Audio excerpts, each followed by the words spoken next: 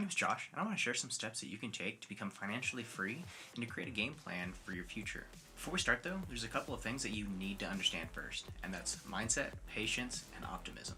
You need to have the right mindset before you can complete these steps. You need to understand that these steps don't happen overnight, and that's okay.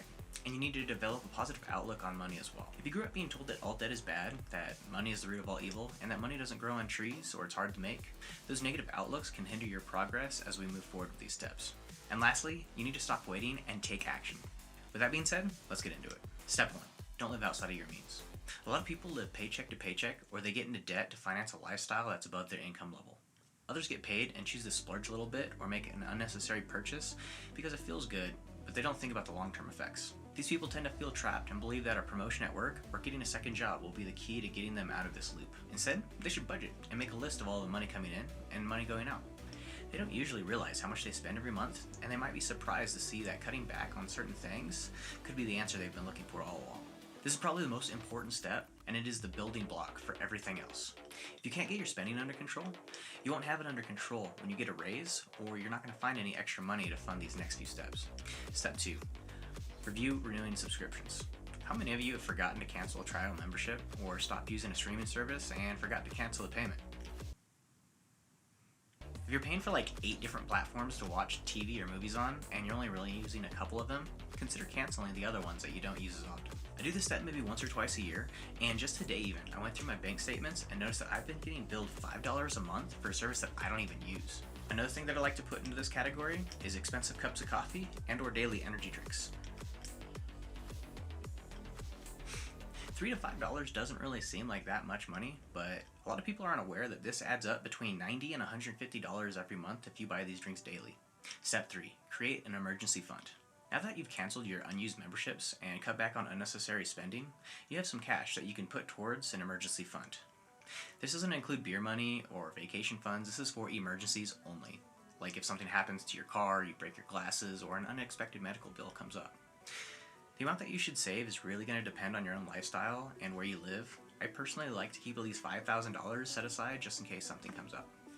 Step 4. 401k matching. If your job offers a 401k retirement plan matching, then you're basically turning down a free raise by not taking it. For example, my job offers a 5% match to my retirement account. All I have to do is put in 5% of my paycheck, and they pay another 5% into that same account. All I'm doing is sacrificing a small percent in the short term to gain even more in the long term. I may not be able to use this 5% now, but compounding interest will make that money worth way more than 5% when I get to use it in the future. Step 5. Pay off high interest debt. Now, not all debt is bad, but as a general rule, you should be working towards eliminating your debt. Just paying the minimum payments is going to cost way more in the long term, and paying off debt is another way to give yourself a raise and or fund these next few steps. Did you know that taking a $100,000 loan at 5% interest over 20 years will cost you $158,000? That's more than 1.5 times the amount you took out. You'd have to pay $58,000 in interest if you only made the minimum payments. That's nuts. Pay off your debt and pay more than the minimum amount. When it comes to paying off credit cards, there are multiple ways to go about this. You can start by attacking the account with the highest interest rate first, which would cost you more in the long term, or you can tackle the accounts with the smaller amounts first, and then take the money you would spend on those, and then hit the higher accounts with that. You could even refinance all of your loans for a lower interest rate and consolidate them into a single payment for less money over time. Don't cancel your credit cards after you pay them off either. This could hurt your credit score. I made a video about boosting your credit score. Link to that is in the pinned comments below. Step 6. Set aside 1 to 3 months worth of money for bills. I consider this step optional, but if you can do this, it's a good idea to consider. Like if you lose your job or you get injured and you can't work or something bad happens, you'd have this as a safety net. Think of this step as an extended emergency fund. I don't personally do this step because I have high job security, and I'd rather invest that money instead of keeping it in a savings account for inflation to eat away at its buying power. Step 7. Open a Roth IRA and max it out. Roth IRAs are tax-advantaged retirement accounts where you use the money that you've already paid taxes on, and the growth and earnings don't get taxed when you withdraw it in retirement. Now you can only put $6,500 into this account every year, but it should be a second retirement account in addition to your 401k. Another thing cool about Roth IRAs is that you can withdraw everything that you've contributed to it without penalties. However, this doesn't apply to any growth or interest that you've earned before you turn 59 and a half years old. So theoretically, you could even use this as a high interest savings account if you wanted to. You could check out M1 Finance's website to learn more about Roth and traditional IRAs, their limitations, and their benefits, so click the link down below in the description box if you want to learn more. Step 8. Open a taxable brokerage account.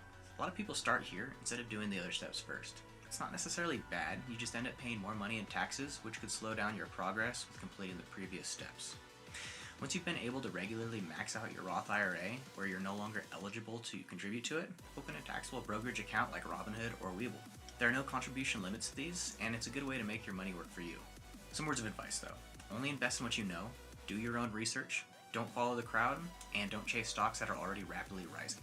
If you don't know anything about stocks or investing, consider investing into ETFs or index funds like SPY that tracks the top 500 companies in the United States, or VTI that consists of all the stocks in the US stock market.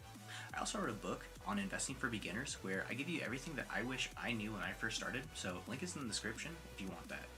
Step 9. Educate yourself. This step should really be done concurrently throughout all these other steps, and it's very important to regularly learn more about things related to money and stay up to date with current events or trends.